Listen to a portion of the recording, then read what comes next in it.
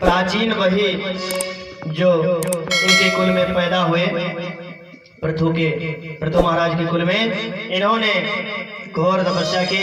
लेकिन एक बार क्या किया कि अशौच अवस्था में इन्होंने वेद पाठ कर लिया। तो वेद पाठ करना अशौच अवस्था में वर्जित है, अनर्थ हो जाता है। ऐसा करने से देह भ्रमित हो जाता है। वेद पाठ का अधिकार सबको नहीं दिया गया है। जिन लोगों को दिया गया है उन्हीं लोगों को ही करना चाहिए। मैत्रेय मुनि जी विदुर जी महाराज से कहते हैं कि जब प्राचीन वही ने ऐसा कर दिया तो घबराए कि अब क्या होगा। तो नारद जी ने कहा, ध्यान से सुनिए, हम तुम्हें एक बहुत बढ़िया कहानी सुना रहे हैं। इस कहानी से तुम्हारा कल्याण हो जाएगा अगर ये कहानी सही से समझ लिया। वैसे आप लोग इस समय प्राचीन वही हैं और आपके सम्मुख शुकदेव रूप में हम बैठे हुए हैं। आपके सम्मुख आपको कथा श्रवण करा रहे हैं। यदि इस कहानी को सावधानी से सुनोगे तो कल्याण आपका भी हो सकता है। देखिए, प्रश्न पुटअप होगा बीच में, इसलिए ध्यान से कथा सुने। नींद के वशीभूत ना हो, क्योंकि ये नींद ही है जो जीवन में आगे नहीं बढ़ने देती है।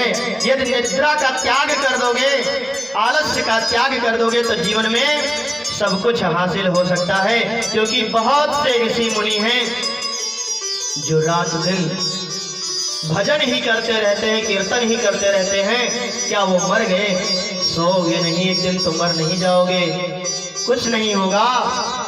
आंखों पे मन में ऐसा तेज उत्पन्न करो, ऐसी लालसा उत्पन्न करो। जब एग्जाम होता है ना, पेपर होता है, तो एक दिन पहले लड़का क्या करता है, नींद चैन सब छूट जाता है। जब वो उस तरीके से कथा को श्रवण करोगे तब कल्याण होने वाला है। तो कह रहे हैं, ध्यान से सुनिए कि दो मित्र थे, एक का नाम था अभिज्ञात और दूसरे का क्या नाम था महाराज? पुरंजन। दोनों ही घनिष्ठ मित्र थे, बहुत घनिष्ठ सखा थे। एक दिन पुरंजन बोला कि मित्र चलो कहीं घूमने चला जाए। तो अभिज्ञात ने कहा, तुम घूमो, हम अपने घर में ही अच्छे भले हैं महाराज, पर घूम करके जल्दी आ जाना। पुरंजन बोला, ठीक है भैया, हम जल्दी से लौट करके आ जाएंगे। और पुरंजन ने लाखों शहर घूम डाले, परंतु उसका मन कहीं नहीं लगा महाराज। कोई शहर उसे अच्छा नहीं लगा। अचानक एक 9 दरवाजा वाला नगर दिखाई पड़ा। कितने दरवाजा वाला? याद रखना, 9 दरवाजा वाला नगर दिखाई पड़ा। बड़ा सुंदर शहर था। अंदर भीतर घुस गया और शहर के भीतर जैसे प्रवेश किया, और प्रवेश करते ही एक सुंदरी कन्या सामने आ गई। और पुरंजन उस कन्या के निकट जाकर के बोला, देवी जी नमस्कार। देवी जी को नमस्कार किया और कह रहा है, क्या मैं आपका परिचय जान सकता हूँ? कन्या ने कहा कि सुनो, मैं इस शहर की मालकिन हूँ, मैं इस शहर में रहती हूँ, मेरी इच्छा के बिना पत्ता नहीं हिलता है। और ये मेरे 10 सैनिक हैं जो मेरी आज्ञा अनुसार काम करते हैं, और ये मेरा सेनापति है जो इस सैनिकों को संभालता है महाराज।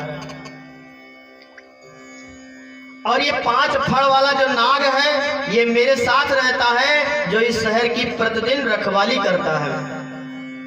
अभी तक मेरा विवाह नहीं हुआ है। कन्या ने कहा कि अभी तक मेरा विवाह नहीं हुआ है। इस शहर पर मैं अकेली ही राज्य करती हूँ और कोई मेरा साथी नहीं है, और माता पिता का भी मेरे कुछ अता पता नहीं है। मुझे जन्म किसने दिया ये भी नहीं पता है। तो पुरंजन को लगा कि ये बहुत बड़ी मालकिन है और माता पिता का भी पता नहीं है, मुझे जन्म किसने दिया। फिर तो दोनों ही एक दूसरे का पूरक है। इनके भी अता पता नहीं, उन्हों का अता पता नहीं, दोनों एक दूसरे पूरक है। कहें कि चलो देवी, क्या आप हमसे विवाह करेंगी? पुरंजन ने कहा कि देवी विवाह करेंगी तो विवाह तो हमारा भी नहीं हुआ है। यदि आप चाहें तो हम आपसे विवाह कर लें। एक दूसरे का पसंदी पसंदा हो गया और विवाह का वरमाला पहना करके विवाह हो गया। और पुरंजन अपनी पत्नी पुरंजनी को धीरे धीरे इतना आसक्त होता चला गया, अपनी पत्नी में इतना आसक्त हो गया, अगर पुरंजन रोवे तो पुरंजनी रोवे, अगर पुरंजन हंसे तो पुरंजनी हंसे। भागवत महापुराण में चतुर्थ स्कंद के 25वें अध्याय के 98वें श्लोक में कहा गया है, क्वाजिद गायन्ति गायन्तां रुदन्त्यां रुदति क्वचित् क्वचित् सन्त्यां हसति जल्पत्यामनुजल्पतिः। अर्थात क्रीड़ा मृग की तरह पुरंजन अगर हंसे तो हंसे, अगर वो रोवे तो रोवे, और अगर वो गावे तो पुरंजन भी गावे।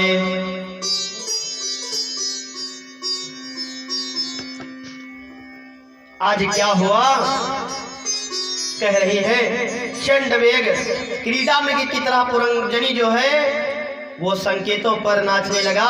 एक दिन की बात है, समय बीतता गया, जरा देवी नाम की एक कुरूप कन्या जो जिस पुरुष से विवाह की बात करती वही भाग जाता, वो इतनी कुरूप थी कि अगर कोनो दुल्हा देखे तो दुल्हा भाग जाए, वो दुल्हा का हम बियाह इनसे न करवे। एक दिन वह चंडवेग नामक गंधर्व राजा के पास जाकर के बोली कि महाराज मैं इस संसार से बहुत पीड़ित, मुझे कोई स्वीकार नहीं कर रहा है महाराज। चंडवेग ने कहा कि देवी दुखी मत हो, हम तुम्हारी सहायता करेंगे। मेरे पास 365 काली गंधर्वियां और 365 गोरे गंधर्व हैं। ध्यान से सुनना कथा, 365 गोरे और काले गंधर्व हैं, और ये सारी सेना आज से हम तुमको सौंप दे रहे हैं। ले जाओ, तुम्हें जो पसंद आवे उसी के साथ में विवाह रचाओ। जाओ जेका जे तुम्हें नीक लागे ते ऊपर जबरदस्ती आधिपत्य कैलो और के बाद विवाह कैलो। आज से मैं आपको अपनी बहन बना रहा हूँ। प्रजद्रामं भ्राता त्वं च मे भगिनी भव। आज से मैं तुम्हारा भाई और आप हमारी बहन हैं। ये किसने कहा?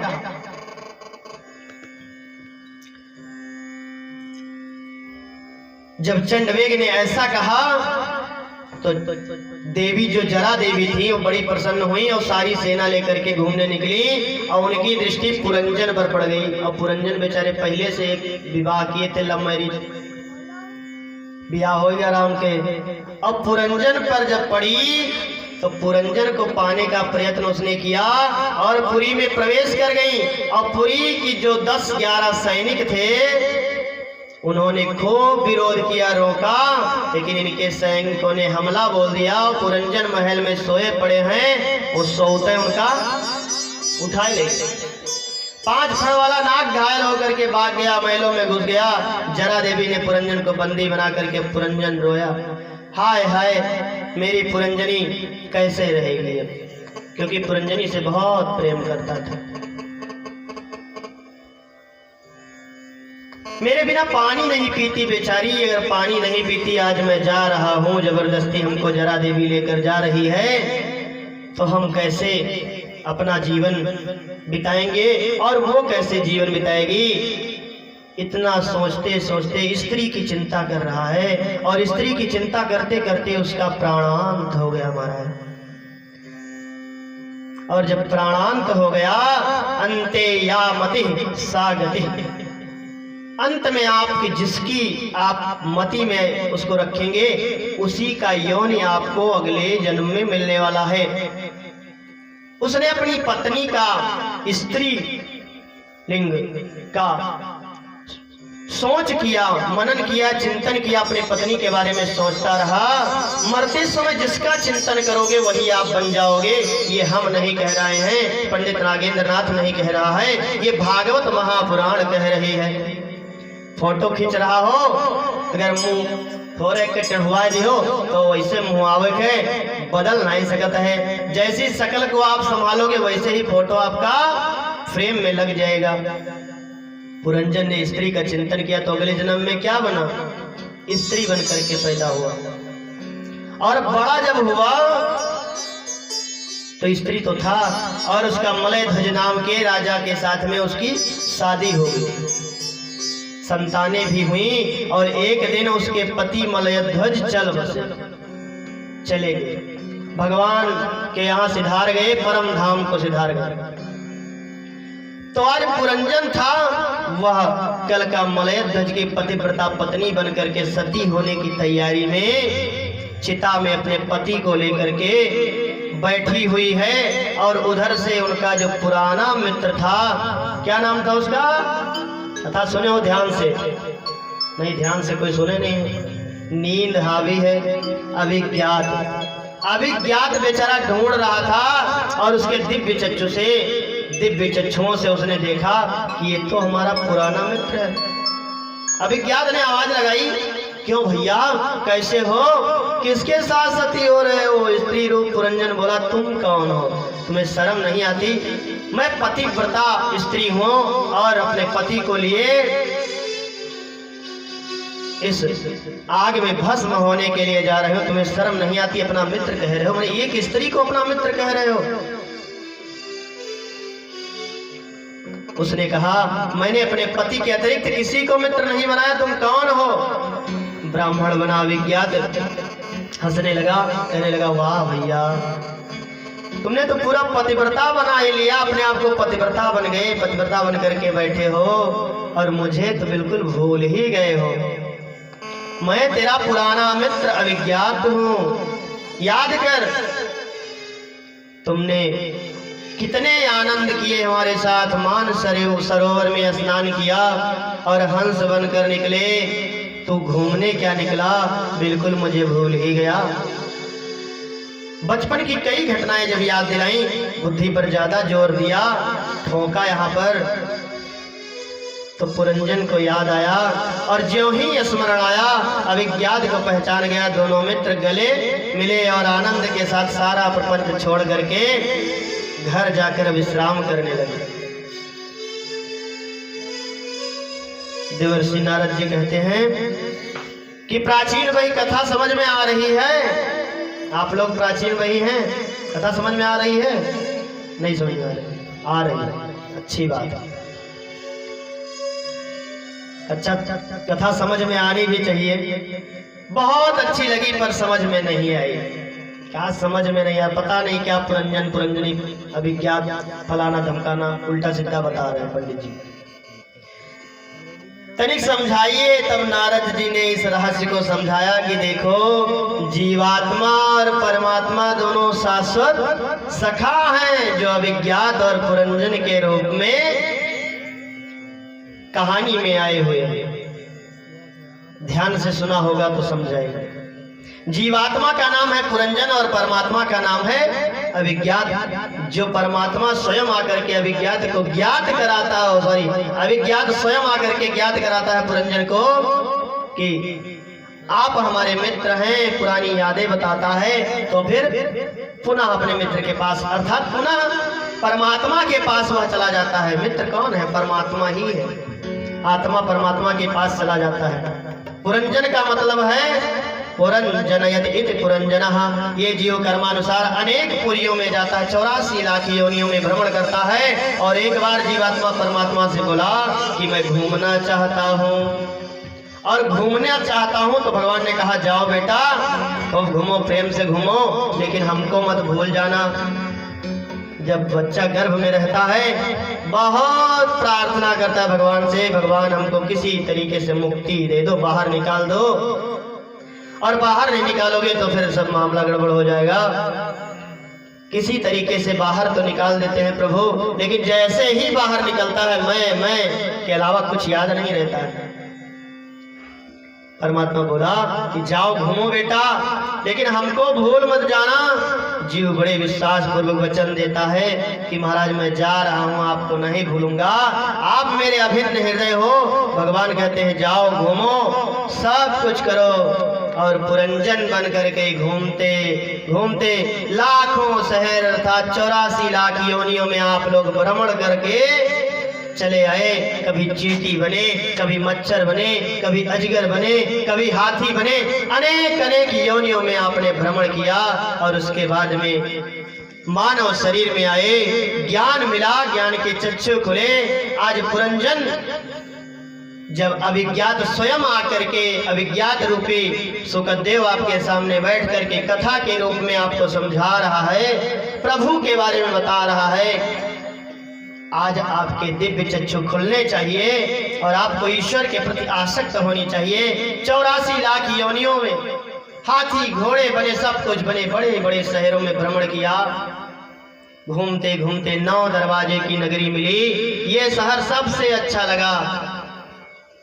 ये 9 दरवाजे की पूरी मानव शरीर है। इस शहर में देखते ही जैसे इस शरीर को देखा, इतना सुंदर काया, हाथ गोरे, पैर गोरे, चेहरा गोरा, फेस कटिंग अच्छी है। ओहो, बाबा ने लिखा कि बड़े भागे मानुष तन पावा, धनी गावा, बड़े भागे मानुष तन पावा, सुर दुर्लभ सदवंतन गावा, साधन धाम मोक्ष कर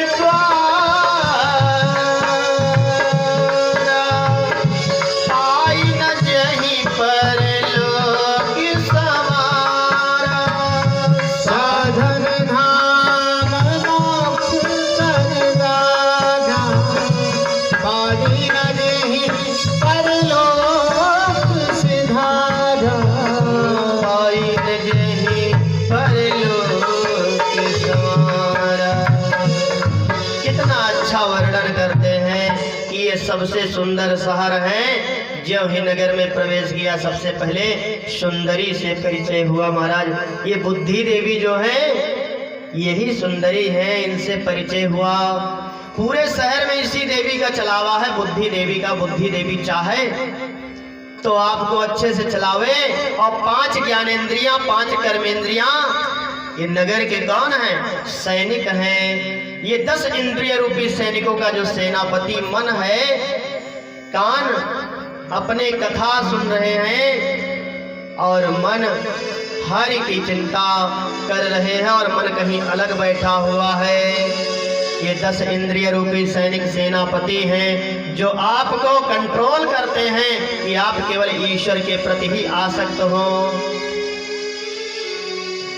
और यदि मैंने आरती में रखा है, जब आरती होए तो कोई बात नहीं, तो मन आरती कर रहा है तो सुनते रहो। पल्ले पड़ने वाला सोच रहे हो कि कितना जल्दी आरती हो जाए, पंडित जी प्रसाद दें, चली तो अच्छी बात है। और आगे पंच प्राण वायु, प्राण अपान उदान समान और व्यान, ये 5 फण वाला नाग है, वायु शरीर के भीतर है।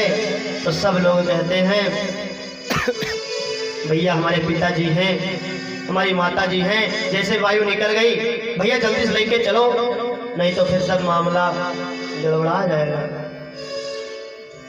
अब पुरंजनी रोवे तो पुरंजन रोवे। इसका मतलब क्या हुआ? इस शहर में बुद्धि से हमारा संबंध हो गया।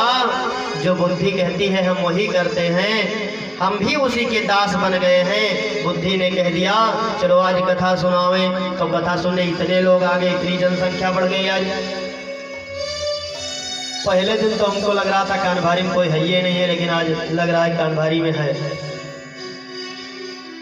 कल आप लोग जाओ और एक नहीं, एक आदमी कम से कम 4-4, 5-5 लोग को लेकर आओ तो बात बने।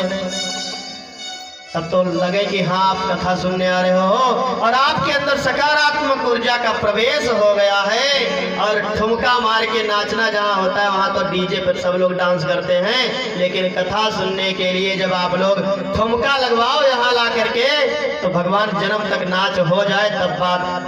बोलो वृंदावन बिहारी लाल की। तो बुद्धि देवी ने कह दिया चलो आज कथा सुने, तो कथा सुनने चले आए। वहीं पंडित जी कथाएं छोड़ो, झंझट में घर में सो गए। बुद्धि ने कह दिया सो ही से परे परे कथा सुना जाई, बढ़िया पेड़ पर परे रहे, कोई दिक्कत नहीं है। चलो कुछ नहीं हो सकता है। रुदंती कुचित। जैसा जैसा बुद्धि अर्थात पुरंजनी चाहती है, हम पुरंजन वैसा वैसा ही करते हैं। और कहा गया जरा देवी, आखिरी में जरा देवी आई और हरण करके ले गई और विवाह कर लिया, सेकंड मैरिज उनकी हो गई। तो जरा देवी कौन है महाराज? जिनसे कोई विवाह रचाना नहीं चाहता है। तो जरा देवी हमने बताया, शुरू में ही बताया जरा देवी के बारे में, वृद्धावस्था। ये वृद्धावस्था कौन है? जरा देवी है ये। वृद्धावस्था को कोई स्वीकार करना चाहता है? अच्छा बताओ, कोई बुढ़ावा हुए चाहत हो? तबे चाहत हो हम जवान बने रही, बुढ़ावा बना कोई नहीं चाहत हो। यानी बुढ़ापा स्वीकार किसी को नहीं है महाराज। और ये चंडवेग क्या कौन है? चंडवेग है काल चक्र संवत्सर, जो बीतता रहता है। पिछले साल नल संवत्सा, इस साल पिंगल है, अगले में फिर बदल जाएगा, अगले में फिर बदल जाएगा। इसी प्रकार से यह संवत्सर जो है काल चक्र है, या घूमता रहता है, घूमता रहता है। और ये जो 365 गोरे और काले सैनिक थे, यही 365 दिन है।